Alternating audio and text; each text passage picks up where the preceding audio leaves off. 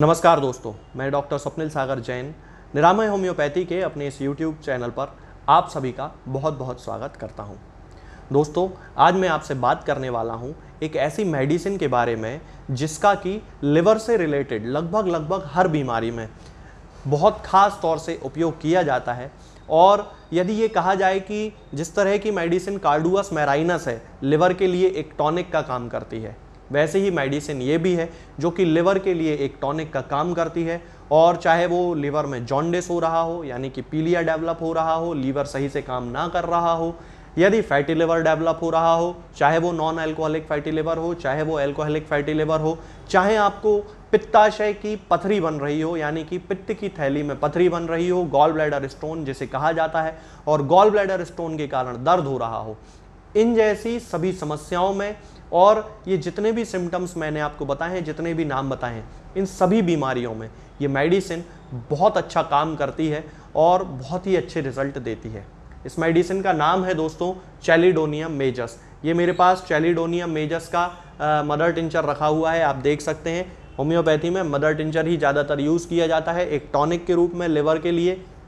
और इसकी 30 पोटेंसी भी यूज़ की जाती है। और जो 30 पोटेंसी होती है उसके जो डोजेस होते हैं वो डिसाइड किए जाते हैं पेशेंट की कंडीशन के अकॉर्डिंग। लेकिन जो मदर टिंचर है वो तो लगभग हर व्यक्ति को दिया जाता सकता है जिसको कि लिवर से रिलेटेड कोई भी प्रॉब्लम होती है। तो चलिए दोस्तों, शुरू करते हैं इसके सिम्टम्स से कि हम किन किन लक्षणों में, किन लक्षणों के आधार पर ये दवा जो है वो दे सकते हैं। यदि हम इसके स्टमक के सिम्टम की बात करते हैं तो जैसा कि मैंने अभी आपको बताया कि लिवर से रिलेटेड जितनी भी बीमारियां हैं, चाहे वो कॉन्स्टिपेशन हो, चाहे उस पेशेंट को भूख सही से नहीं लग रही हो, चाहे वो लिवर उसका कमज़ोर हो गया हो, डाइजेशन सही उसका नहीं हो पा रहा हो, मुंह में कड़वा कड़वा सा टेस्ट हो या फिर स्वीट मेटालिक टेस्ट हो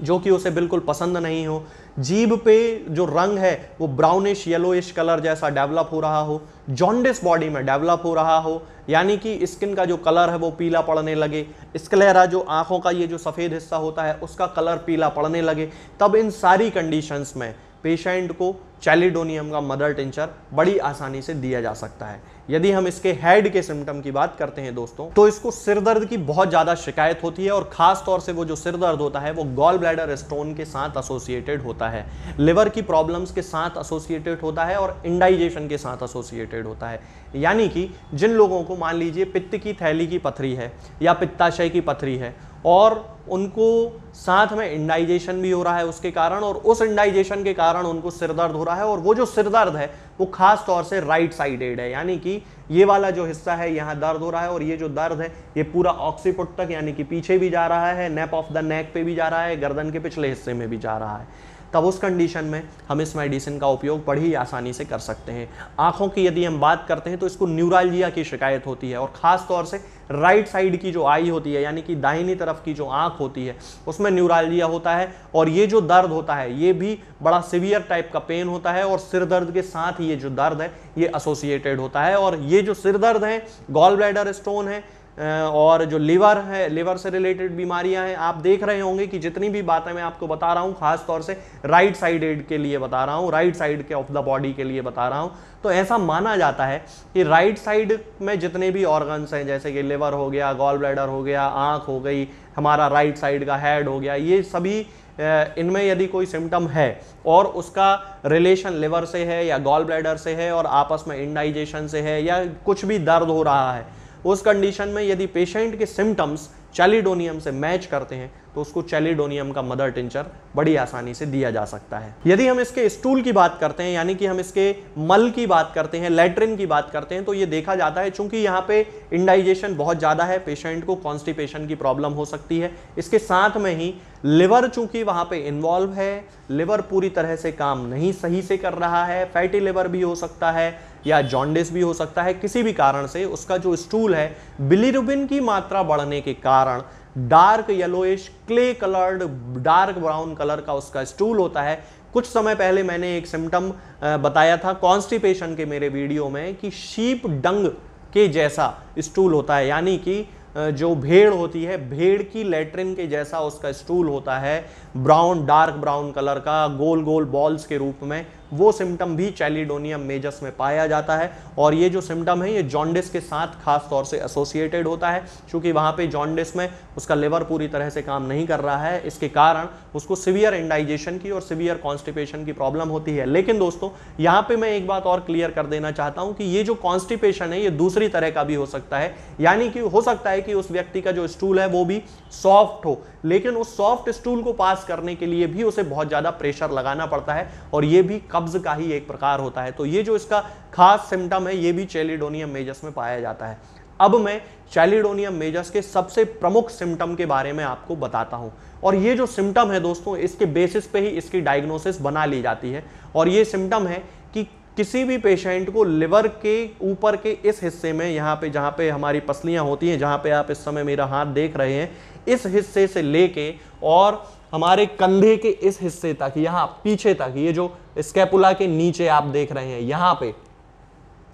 इस हिस्से तक यदि दर्द रेडिएट हो रहा है, पेशेंट को बहुत ही ज़्यादा दर्द हो रहा है, राइट साइड की बात कर रहा हूँ, तब उस कंडीशन में चैलिडोनियम मेजस लगभग एक स्पेसिफिक मेडिसिन है। हालांकि यहाँ पे लाइकोपोडियम भी राइट साइडेड मेडिसिन है, और दूसरा जो इसका सिम्टम है वो ये है कि राइट साइड का जो दर्द है वो रेफर होकर लेफ्ट साइड पे भी आ सकता है। तो अकेला ये ना सोचें कि लेफ्ट में दर्द हो रहा है तो चैलिडोनियम मेजस नहीं होगी, पेशेंट से कंफर्म करना जरूरी है क्या दर्द की ओरिजिन राइट साइड से हुई थी। यदि ये ऐसा है और ये जो दर्द है ये पीछे स्कैपुला के नीचे तक जा रहा है, कंधे की हड्डी के नीचे तक जा रहा है, यहाँ से दर्द शुरू होके लिवर के इस हिस्से से शुरू होके गॉल ब्लैडर के यहाँ से शुरू होके, तो फिर उस कंडीशन में चैलिडोनियम मेजस का उपयोग 100% कर लेना चाहिए पेशेंट के सिम्टम्स के अनुसार, और उसकी डिफरेंशियल डायग्नोसिस बना के कि कहीं लाइकोपोडियम के सिम्टम्स तो उसमें नहीं है, तो वहाँ पे ये देख के और हम पेशेंट को चैलिडोनियम मेजस का मदर टिंचर दे सकते हैं। अब यदि मैं इसके डोज की बात करता हूँ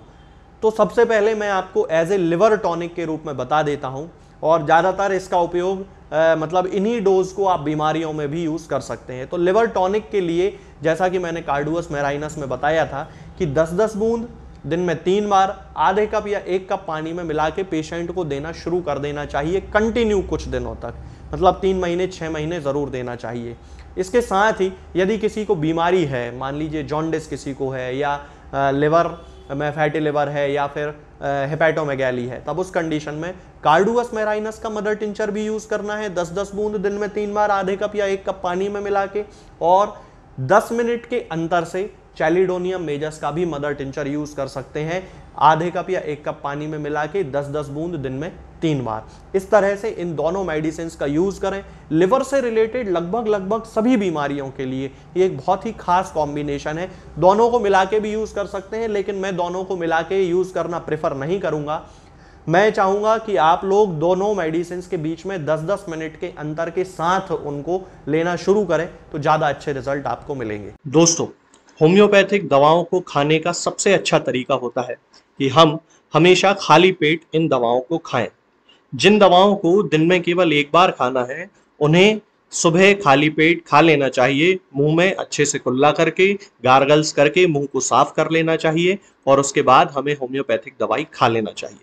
जिन दवाओं को दिन में 2 बार या 3 बार या 4 बार खाना होता है, उन दवाओं को खाली पेट खाने का मतलब होता है कि हम उन दवाओं को खाने के लगभग आधे घंटे पहले या फिर 2 से ढाई घंटे बाद ही खाएं, और उस स्थिति में भी हमारे मुंह में किसी भी वस्तु का, किसी भी चीज का स्वाद नहीं होना चाहिए, ना ही हमारे मुंह में किसी भी चीज की गंध होना चाहिए, जिससे कि ये होम्योपैथिक दवाएं हमारे शरीर पर बहुत अच्छे तरीके से काम कर सकती हैं। तो हमें हमेशा ये ध्यान रखना है कि जब भी हम होम्योपैथिक दवा खाएं हमेशा खाली पेट खाएं, और हमारे मुंह में किसी भी चीज का स्वाद या किसी भी चीज की स्मेल ना हो। अब बहुत सारे लोग ये सोचते हैं कि हम कच्चा प्याज खा सकते हैं, या अदरक खा सकते हैं, या हींग खा सकते हैं, या इलायची खा सकते हैं, या नहीं। बिल्कुल आप इन चीज़ों का इस्तेमाल कर सकते हैं होम्योपैथिक दवाओं को खाते समय आप इन सभी चीजों को बड़ी आसानी से खा सकते हैं।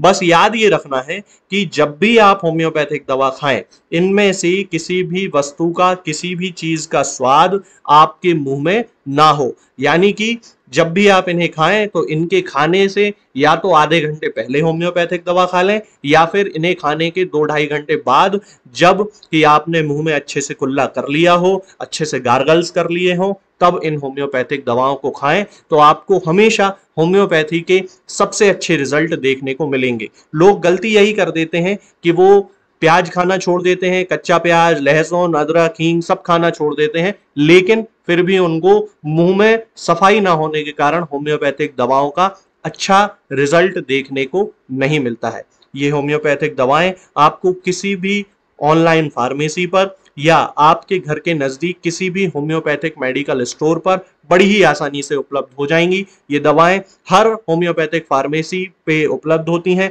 हर ऑनलाइन फार्मेसी पर उपलब्ध होती हैं, इसलिए आप वहां से इन दवाओं को प्राप्त कर सकते हैं। निरामय होम्योपैथी क्लिनिक से ना ही किसी मरीज को कोई दवा बेची जाती है और ना ही कोई दवा भेजी जाती है। इसलिए अपने नजदीकी होम्योपैथिक मेडिकल स्टोर या ऑनलाइन फार्मेसी से ही इन दवाओं को प्राप्त करें।